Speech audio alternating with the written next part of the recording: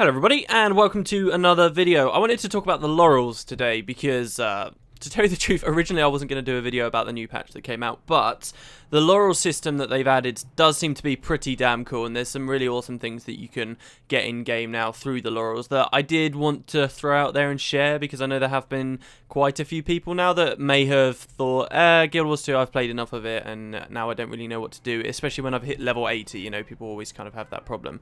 And this patch that ArenaNet just launched, if you don't know, there's just been a big patch yesterday. It's called Flame and Frost Prelude, where they just made a lot of changes to the game. They didn't necessarily add much in the way of entirely new content, but they made a lot of refinements to features that were currently in the game to make them a lot more interesting. So for example, dailies, this is the main thing I really want to talk about.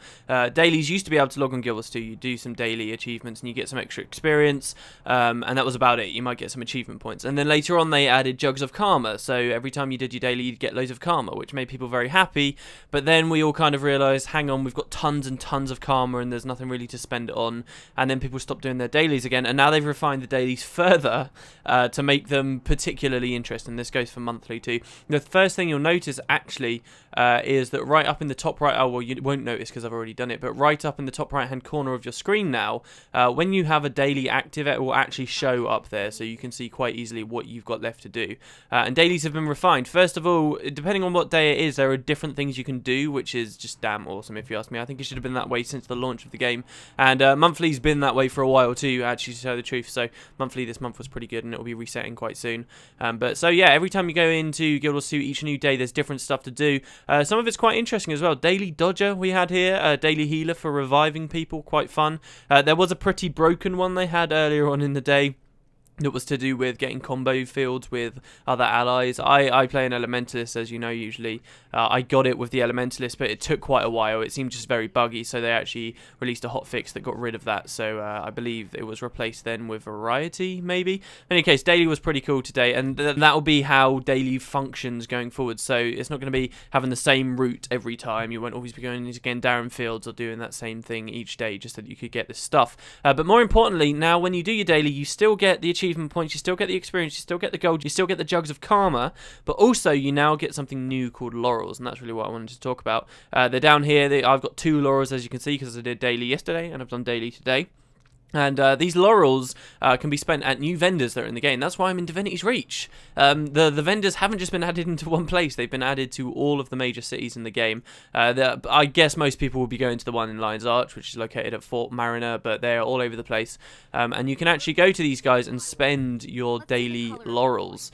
And they offer a wide variety of different things. I wanted to talk about this, half because I think the system's pretty cool and I wanted to share it with people. So for those of you who aren't sure what you want to do each day, maybe you'll see something here that you actually quite like, and that will give you a bit more motivation to come in and play. And also because it's got some cool lore stuff too that as I was reading through yesterday, I thought, oh, this is so cool. I just wanted to share why some of these things are so awesome that we can now get in terms of the story that go behind them that you guys might not understand. So first of all, I'll just go through some of the basic stuff. You can get crafting bags, so these cost 1 Laurel, so once a day you can get a crafting bag, and when you open it, it will have guaranteed materials of the tier of bag you got. So you get to choose. You can go for tiny, but it'd probably be a bit of a waste because those kinds of mats are very cheap and all over the place. But you can also go for heavy, which is guaranteed to have tier 6 crafting mats. This update did quite a lot, it seems, to add different crafting mats at the high end. Like, they seem to be dropping a lot more frequently in ore. There's a lot more variety of the kind of mats you get in ore now too. And the bags that drop tier 6 mats also are dropping more frequently in ore. So these tier 6 mats, if you've been going for legendaries or some kind of crafting stuff you've been wanting to do, but you found the tier 6 mats to be incredibly overpriced, and people have been manipulating the market as well. Hopefully this patch will kind of fix that. But yeah, so you can do that with your Laurels. You can also get a new type of booster.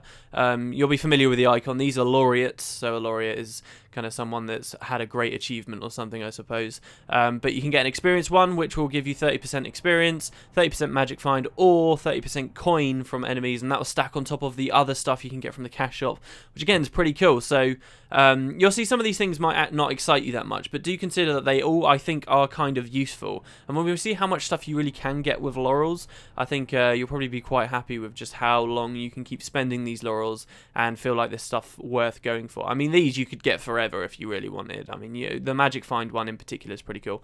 If you save up 2 laurels, as I now have, you can get these advanced harvesting equipment. So you can get an advanced sickle, axe, or mining pick. They've all got 250 uses, and they also have that added benefit that you get from black line stuff, I believe, which makes them very efficient at grabbing stuff. I'm also not sure what the level requirement is. So right now I'm on a level 15 Savari. These you might be able to get on a low level character, which would be pretty crazy.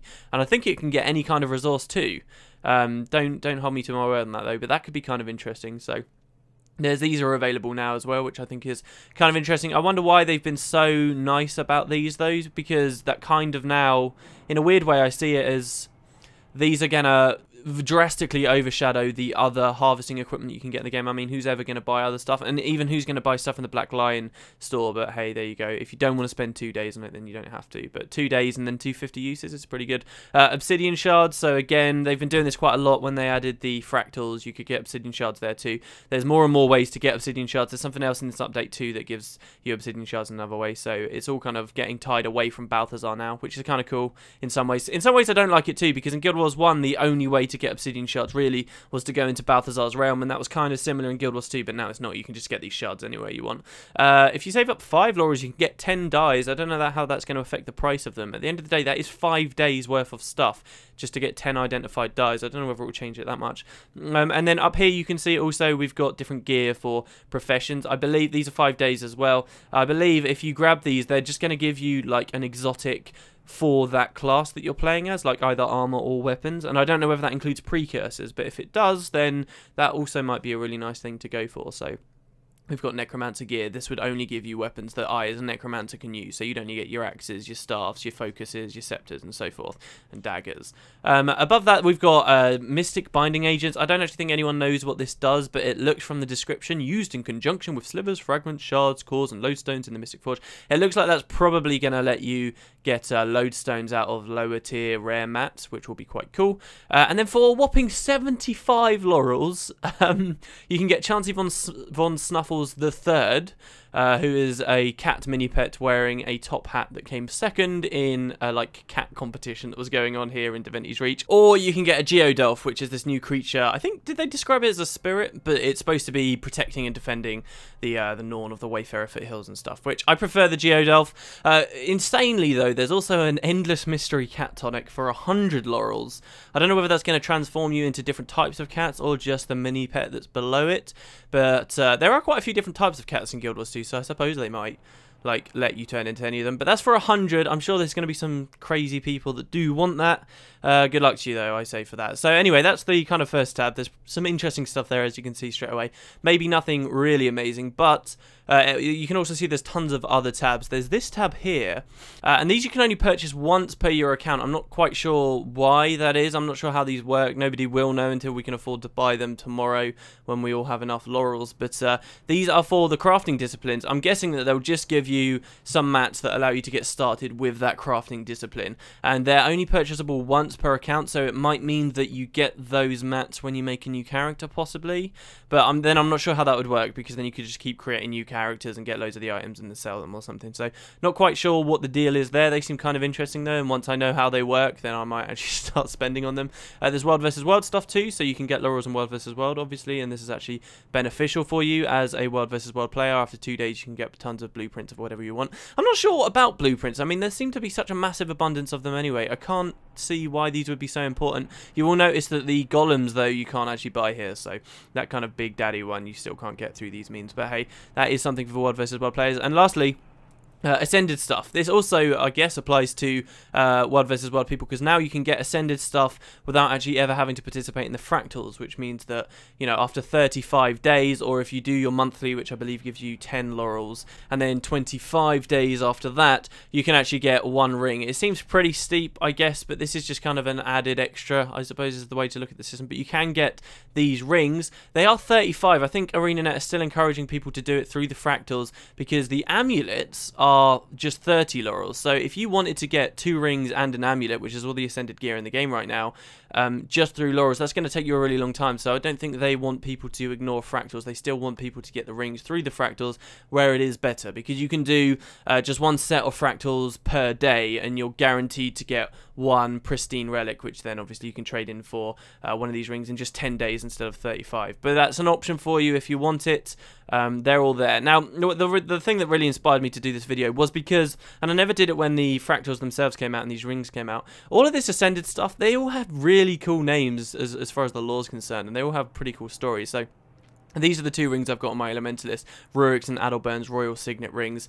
These things don't have flavor text though, while the amulets do, which makes them just that little bit more interesting. The rings, we've already seen a lot of them too. For the record, I think these two are very interesting, Lunaria, Circle of the Moon, and Solaria, Circle of the Sun, because that seems to be hinting that maybe the name of Tyria's moon is Lunaria and Solaria is the name of the sun. The solar system in this universe, they've never given us much information about at all, and indeed this observatory as well, even though it has all these planets and stuff on it. I don't think we've ever been able to identify exactly which one of these planets floating above me is Tyria and the names of all the other ones, so that's kind of interesting that then they seem to have given us, at least in some small way, a hint of a name of the moon and the sun, which I think would be pretty interesting. Lunaria and Solaria.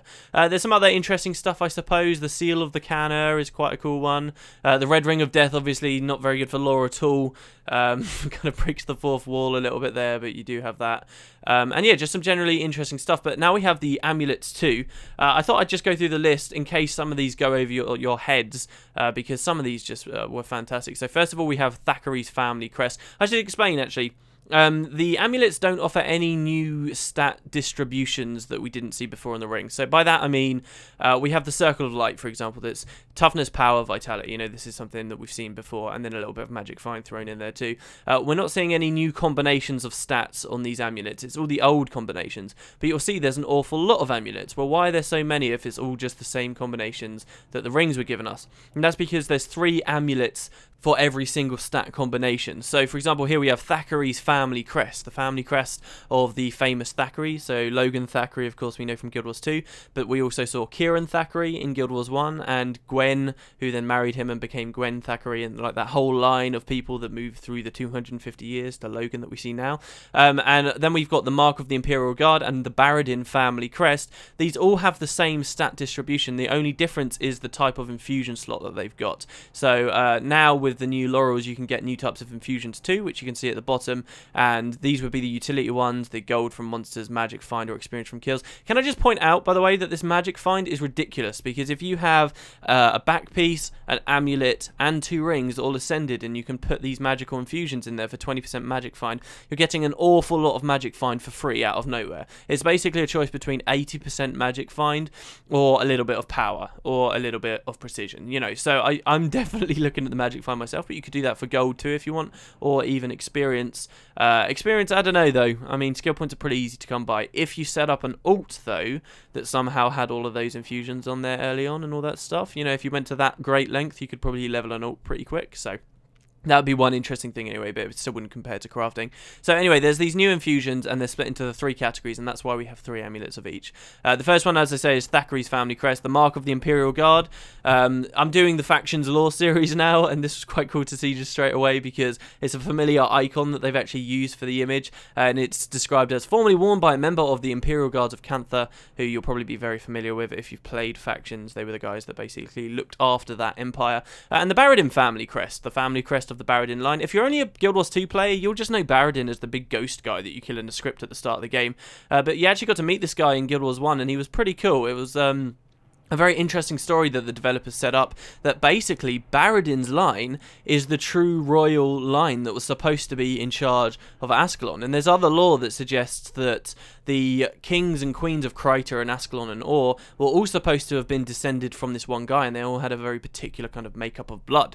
But the history of Ascalon goes that Baradin, after the previous king, before Guild Wars 1 started, Baradin was supposed to take the throne, but he said, no, I won't, and instead King Adalbern took it. And the only reason Adalbern was offered the throne was because he'd been proven as this great soldier and warrior during the Guild Wars against Kryta. So Baradin was kind of supposed to take the throne. He didn't. Someone of, I suppose, impure blood, perhaps, perhaps took the throne, and then we all saw what happened to Ascalon as a human nation after that. Just everything went terrible. So yeah, that's kind of interesting. The Barradin family crest, in a lot of ways, is far more important than the Thackeray crest or even the Adalburn stuff, because this is really the true guy, the real king, the king that never was. And Barradin's a pretty interesting character for that, I think. Anyway, we've got the shiniest shiny. This one's a lot more kind of face value. So shiny that the script fear being blinded by its shininess. Of course, the script, we know, love their shinies.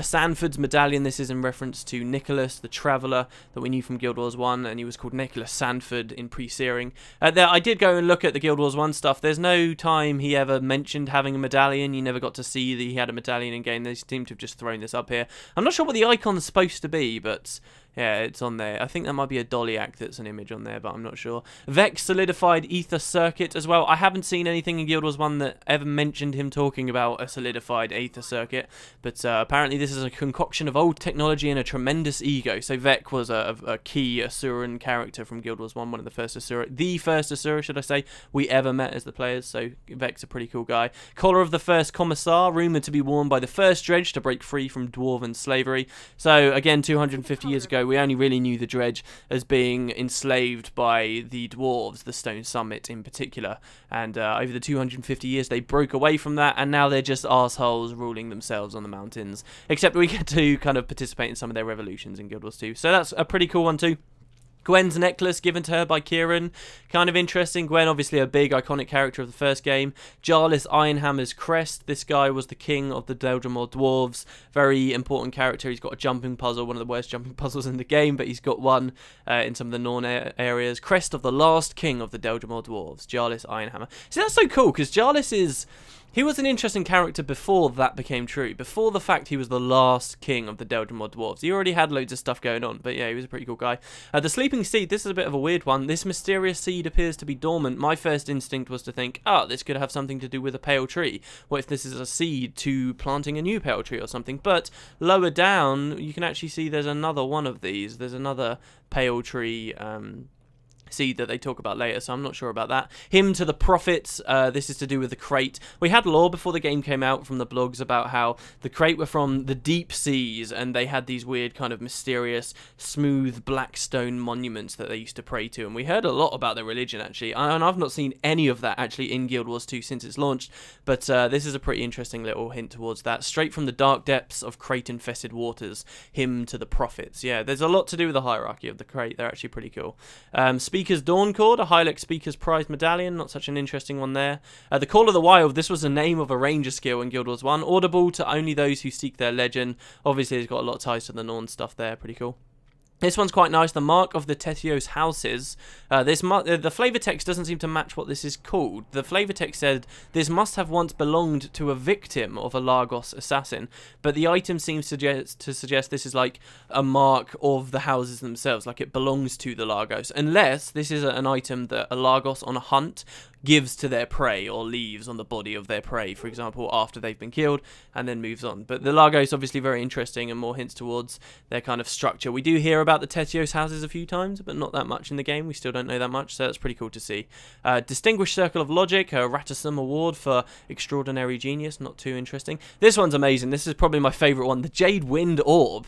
This relic of a long-forgotten Cantha contains air captured from the Jade Winds. So the Jade Winds was this big event in the lore where a character died and his death caused a catastrophe that petrified large regions of the continent, and that was called the Jade Wind. But in Guild Wars 1 there was a festival in like the first year that factions came out where we as players got to collect these Jade Wind Orbs. They were these trophies that we could then trade to NPCs to get festive items from, right? And they dropped all over the place, and most people had stacks and stacks of them still left on their account even after the event was over. It was just really a one-time event because the next year the event came back, ArenaNet had removed Jade Wind Orbs from the game completely. It was a different trophy that was used in the next festival that came around. So lots of people, myself included, had tons of these Jade Wind Orbs waiting around on our accounts for the entirety of our times playing Guild Wars 1, just thinking, oh, these are these cool kind of items that aren't used in the game anymore. And slowly they dwindled and dwindled as people deleted them. But they were all over the place, and I loved my old Jade Wind Orbs, and now I see it here again in Guild Wars 2. 2 with almost the same looking icon too. I thought that was really fantastic, and it's a nice kind of nod, I guess, to the idea that lots of players used to have these things all over the place, you know, stacks of 250 of them, and somehow one of them has made it to Tyria 250 years later. I really like it. It's pretty cool. So that's the Jadewind Orb, still on kind of the Cantha theme. Obviously, these are split into 3s, right? Different types of infusions, so you'll see similarities between the ones that have the same stats. We've got the symbol of the Deceiver here. Some say the greatest deceiver of Cantha was a victim of the fates. Others call him a traitor.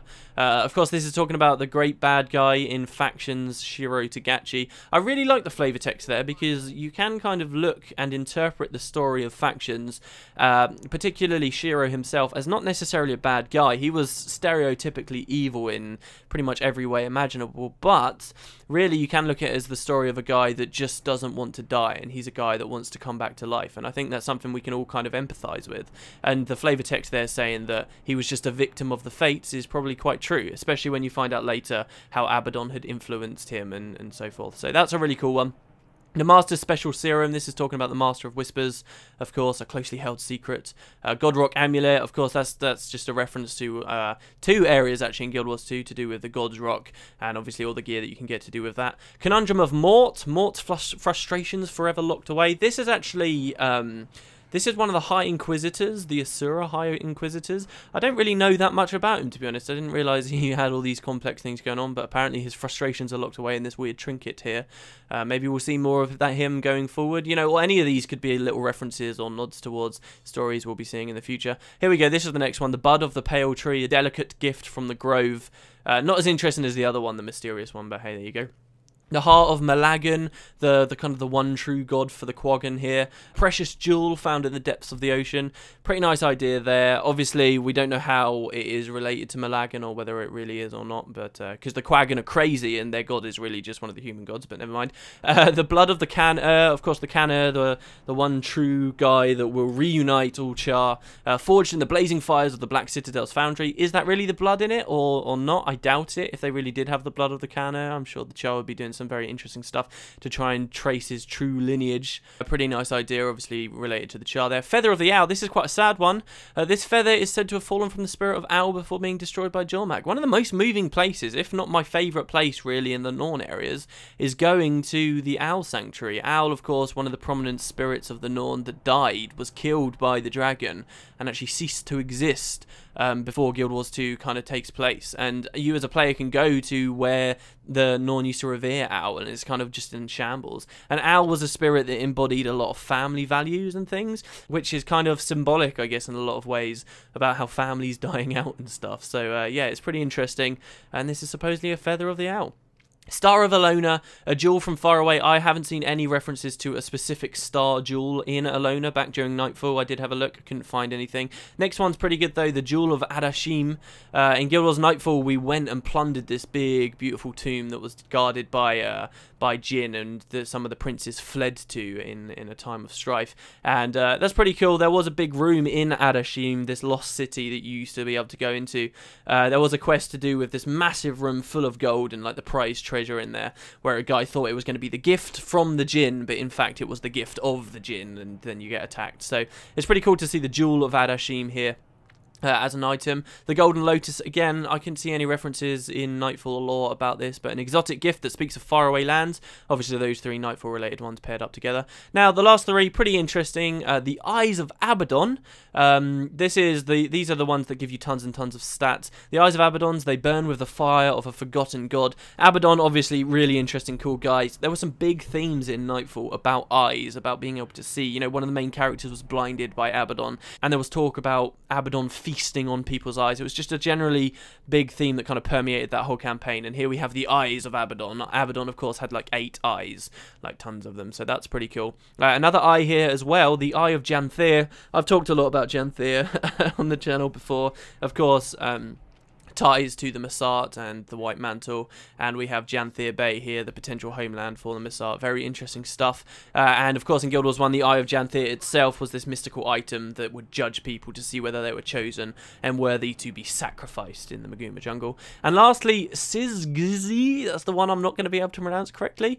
No idea, it just says a powerful alignment, probably the most mysterious one on here. It sounds to me at first like it's got something to do with a Naga or the Forgotten or the Crate, like a name of that, but it's probably not. I did like wiki it, and actually this name is kind of a term that's used in philosophy and all kinds of different areas, and it just kind of means when things come together, when you have two separate entities that can kind of form and coalesce into one. And there's different ways of interpreting and looking at it, but if you look at the icon in particular, it does look like three things are connecting together somehow, and the flavor text does seem to support that. So I guess it's just a generic thing, unless maybe I'm missing something big in Guild Wars 2's lore that specifically describes what this is. But yeah, so those are the Ascended amulets that they've added to the game. They're all pretty good. They've all got the stats that you probably want, the same spreads as the ring ones. I just really like what they're doing with the Ascended gear, and I had a real blast looking through. And the Laurel system in particular, I wanted to just kind of highlight to you guys. If you have kind of not looked too much into the patch, it was a very big patch. I think ArenaNet were quite clever. They were describing this as a small patch, like leading up to it. They were like, oh, it's just going to be a small patch, but adding this, and this. And then you look at the patch notes, and they've added a lot of good quality stuff for the game. A lot of stuff to motivate players for things to do as they go in. And yeah, there's so much on that list that I would really be looking forward to, and am really looking forward to getting on each day and saving up my laurels. I can imagine myself spending them many months down the line. So yeah, I wanted to show that to you guys with a bit of a lore twist on it. There's a lot more to the update, but I'm sure you can read the update notes yourself if you want. And yeah, thanks very much for watching, guys, and I will see you tomorrow for the next episode of the LP. I'll catch you next time.